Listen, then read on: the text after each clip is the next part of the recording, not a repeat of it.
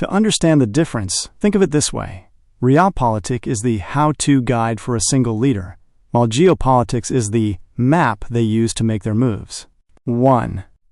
The key difference: realpolitik, the strategy. It is a behavior. It's the decision to be pragmatic and focus on power rather than morals.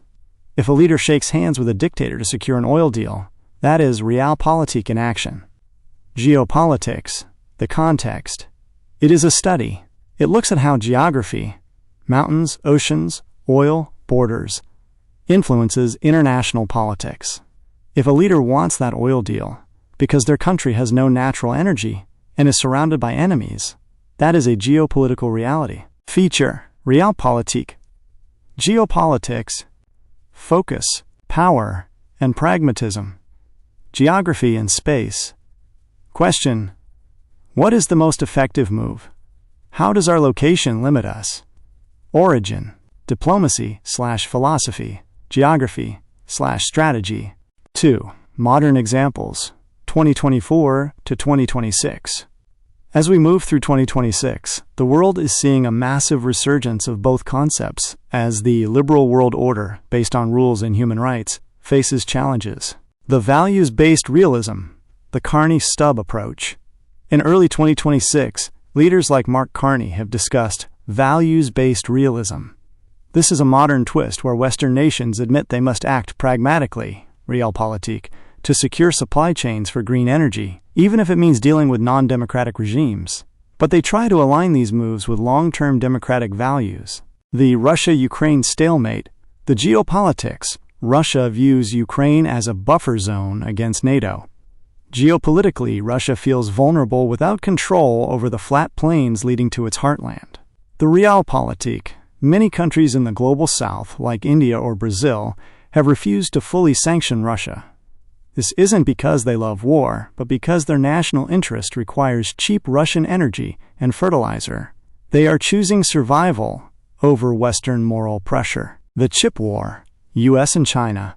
The geopolitics. Taiwan produces over 90% of the world's most advanced semiconductors.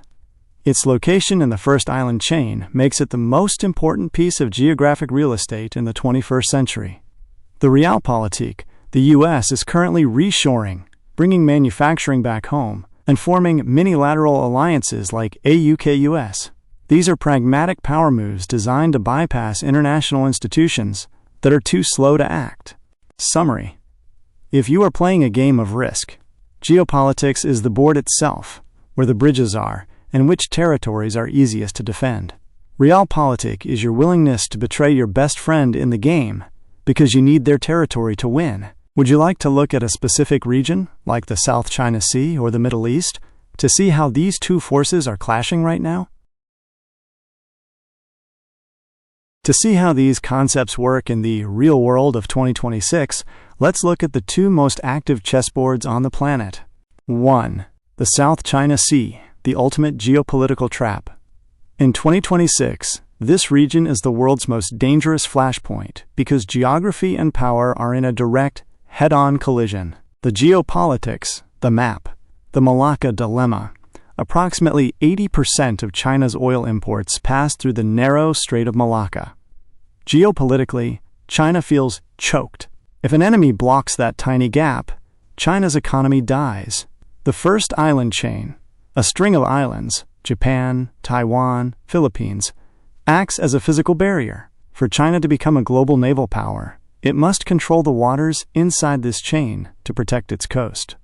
The realpolitik, the moves. The Philippines pivot. In 2026, as the chair of ASEAN, the Philippines is practicing master-level realpolitik. While they have intense territorial disputes with China over reefs like Scarborough Shoal, they are simultaneously trying to finalize a code of conduct with Beijing to prevent war. They are balancing a military alliance with the U.S. while maintaining the trade they need from China to survive. Hedging by neighbors. Countries like Vietnam and Malaysia are not picking a side based on ideology. They are practicing realpolitik by buying weapons from the West to deter China, while signing massive infrastructure deals with China to grow their economies. 2. The Middle East, the exhausted realignment. The Middle East in 2026 is a perfect example of how realpolitik can force enemies to become frenemies when the geopolitical reality changes. The geopolitics, the map. The shadow government in Syria. Following the fall of the Assad regime in late 2024, Syria is a geographic mess.